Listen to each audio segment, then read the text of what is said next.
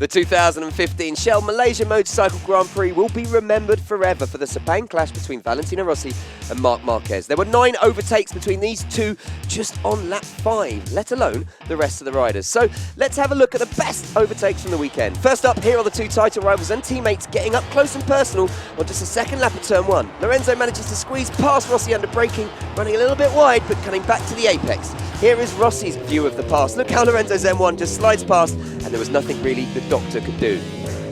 Now to the battle between Rossi and Marquez. This is the attempted move from Marquez on lap 5 at turn 1. The 22-year-old getting his nose in front of the doctor but running wide, allowing Rossi to cut back and retake third into turn 2. How about this for a manoeuvre by Lorenzo? On just the opening lap, the Spaniard had dropped back to 6th from the start and knew he couldn't get stuck behind the two factory Ducatis. So he pulled out this outrageous double overtake at turn 4. Watch how he just brakes that little bit later, and while he runs slightly wide, manages to get on the power to make it stick. Next up, the moment Lorenzo moved into second at the expense of Marquez. You can see how the reigning MotoGP World Champion just can't get the bike stopped in time, almost losing the front and running wide onto the gravel at turn 4 on the third lap. And as you can see from the onboard, Lorenzo doesn't need inviting twice. Back to the Sepang clash, and this is the first time Rossi gets the better of Marquez at turn 4 on the 4th lap for third. The doctor somehow gets his M1 stopped in time, grabs the inside line and despite running a little bit wide, gets through cleanly. Back to the incredible 5th lap now, where the two overtook each other at almost every corner. This is Marquez getting past Rossi at turn 5 after the Italian had run a little wide. Check out this slow motion footage we're about to show you with Marquez's knee on the curb. Look at how his back wheel is bouncing over the bumps. Somehow he manages to keep it upright.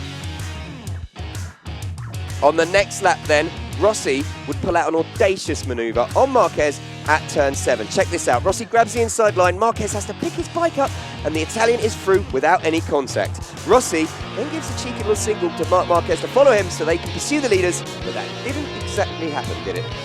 Back to the 5th lap now. This is where Rossi attempts to retake Marquez. He gets past on the brakes, only for the Spaniard to go around the outside and get the inside line into turn 10. On the slow-mo, you can see how much both bikes are squirming under braking, and yet somehow they both managed to get them stopped in time. Incredible.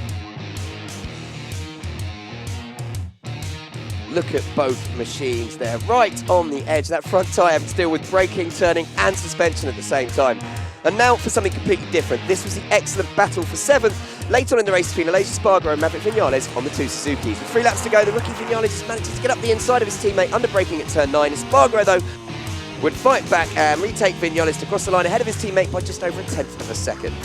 Finally back to the Sepang clash, and on lap 5 once again, Rossi makes a move up the inside of turn 9 and Marquez fights back through turn 10, but runs wide, allowing the doctor to get up the inside into turn 11, and then Rossi has a huge moment, losing the front and allowing Marquez back through. On the slow-mo, you can see how close they come to touching through turn 10 as they both fight for space on the racing line, but there isn't any contact.